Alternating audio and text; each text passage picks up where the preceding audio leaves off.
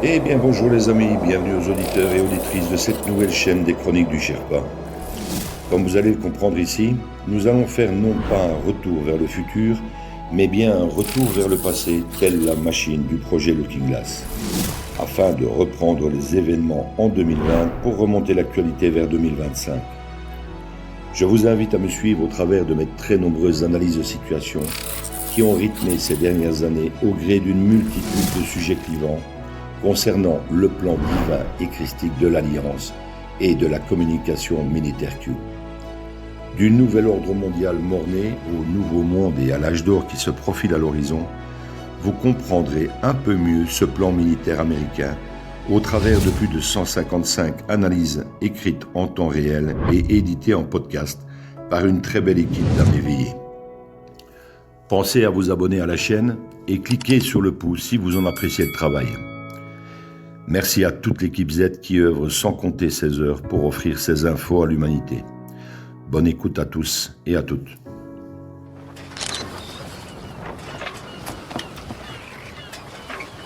Where we go one, we go all.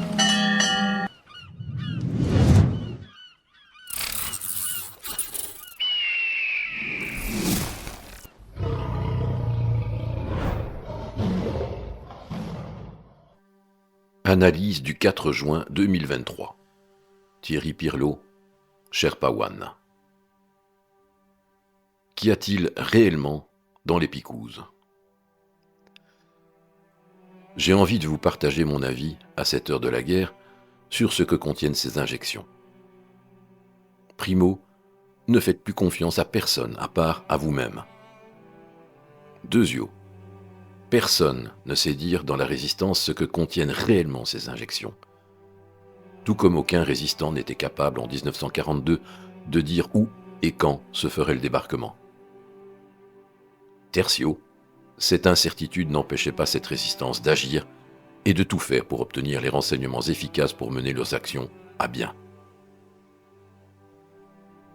Ma compréhension à cette heure est qu'il n'y a pas d'ARNM dans les injections. Cet ARNM censé produire comme de petites usines des protéines spikes par milliards. C'est pour moi le doigt de l'opposition contrôlée qui montre la lune de la résistance, car c'est bien plus tordu que cela, en réalité. Cette lune, que l'on veut nous cacher par tous les moyens en ridiculisant nos théories complotistes, est composée de graphène, de spikes biosynthétiques à gain de fonction, de nanobots, d'Hydra vulgaris, ou parasites biosynthétiques, ainsi que des produits stérilisants. Ces derniers étant vraisemblablement les plus dangereux et les plus secrets des composants, laissant augurer d'une dépopulation programmée et échelonnée sur 2 générations. Ces spikes ne seraient donc pas fabriqués suite à l'adjonction d'ARNM, mais fabriqués intentionnellement en amont, ainsi que la transcriptase inverse, cette enzyme capable d'intégrer de l'ARN étranger dans notre ADN, selon le même mode d'action que celui du soi-disant VIH. L'impact sur l'ADN et le génome sont irréversibles pour l'individu et sa descendance, et cela sur plusieurs générations. Si toutefois, il est toujours en état de procréer, ce qui me semble bien mal barré. Le coco serait lui-même non pas un virus, mais un parasite biosynthétique créé de toutes pièces. Cela expliquerait que la communauté scientifique tourne autour de sa queue depuis 2 ans, en cherchant et ou en traitant un virus inexistant, et que l'ivermectine et l'hydroxychloroquine, antiparasitaires, soient aussi performants à chaque fois qu'elles sont utilisées. Idem pour les antibiotiques censés combattre des bactéries et qui seraient inefficaces si on avait affaire à des virus. On peut même imaginer que cet arrêt ait été capable de créer une chimère combinant un parasite avec une bactérie modifiée par gain de fonction. Le gain de fonction étant dans ce cas celui d'accélérer le processus pour vous faire rejoindre au plus vite votre créateur. Évidemment, pour brouiller les pistes, tous ces scientifiques de renommée mondiale ne parviennent pas à observer la même chose dans les injections. Ce serait trop beau. Le but initial de la manœuvre a toujours été de donner le Pfizer à tout le monde, in fine. Les 3 autres, Moderna, Astra et Johnson, ont servi de diversion et ont été sacrifiés volontairement pour cause d'effets secondaires multiples. Comme on peut sacrifier des soldats en tête chercheuse lors d'une opération de combat en profondeur. Après les brouillons est arrivé le général Pfizer, qui ne cesse de perfectionner son poison injectable grâce aux erreurs commises par ses 3 premiers soldats. Je pense que chaque pays reçoit en proportion de sa population et avec l'aval de ses politiques corrompues, des injections plus ou moins merdiques, au prorata d'une quantité non négligeable de placebo, afin de diluer la toxicité et la rendre moins visible. Les firmes telles que Pfizer utilisent, comme Facebook, de puissants algorithmes et savent en temps réel qui a reçu quoi et quand, pour chaque pays, et qui, désinjecté, développe telle ou telle pathologie en fonction des remontées des effets secondaires effectués par les généralistes et les hôpitaux. Chaque dose est effectivement tracée, même si beaucoup pensent que tout cela n'existe pas. Les centres régionaux de picouse recevaient donc des milliers de doses de tel ou tel vaccin en fonction de la période et du timing des injections. Première, deuxième ou troisième. Ce n'était donc pas au cas par cas, mais Pfizer et probablement des instances internationales du genre CIA savaient très exactement ce qui était injecté à telle ou telle période dans telle ou telle zone géographique du monde. Les politiques protégées se faisaient injecter des placebos numérotés et attribués dans des centres hospitaliers bien précis, et d'autres, pour la bonne cause, participaient à des simulations de picouse avec des aiguilles rétractables. Quel cirque! Il est possible aussi que les forces armées et la police aient reçu des placebos en quantité, suivant leur âge et leur niveau opérationnel. En effet, il faut savoir qu'à partir de 40 ans, un militaire devient un boulet qu'il faut reclasser dans les bureaux et la logistique, puisque cassé de partout. À la longue, ils deviennent trop nombreux par rapport au peu de jeunes encore motivés pour embrasser la profession. L'armée belge est par exemple, tout comme la population belge, en pyramide des âges inversée. On a un jeune opérationnel pour 4 militaires proches de la pension. J'en veux pour preuve une couverture vaccinale de 95% chez les militaires belges contre 65% chez les civils belges. Et très peu d'effets secondaires chez les jeunes soldats.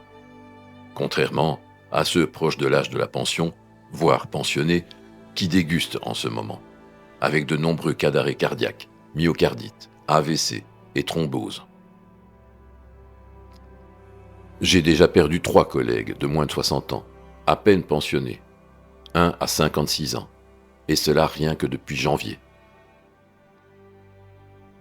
Nos contrôleurs ont mis plus de 30 ans à mettre tout cela au point. Tout a été calculé au détail près, et certainement pas pour que la communauté scientifique découvre le poteau rose et ses subtilités en 6 mois top chrono.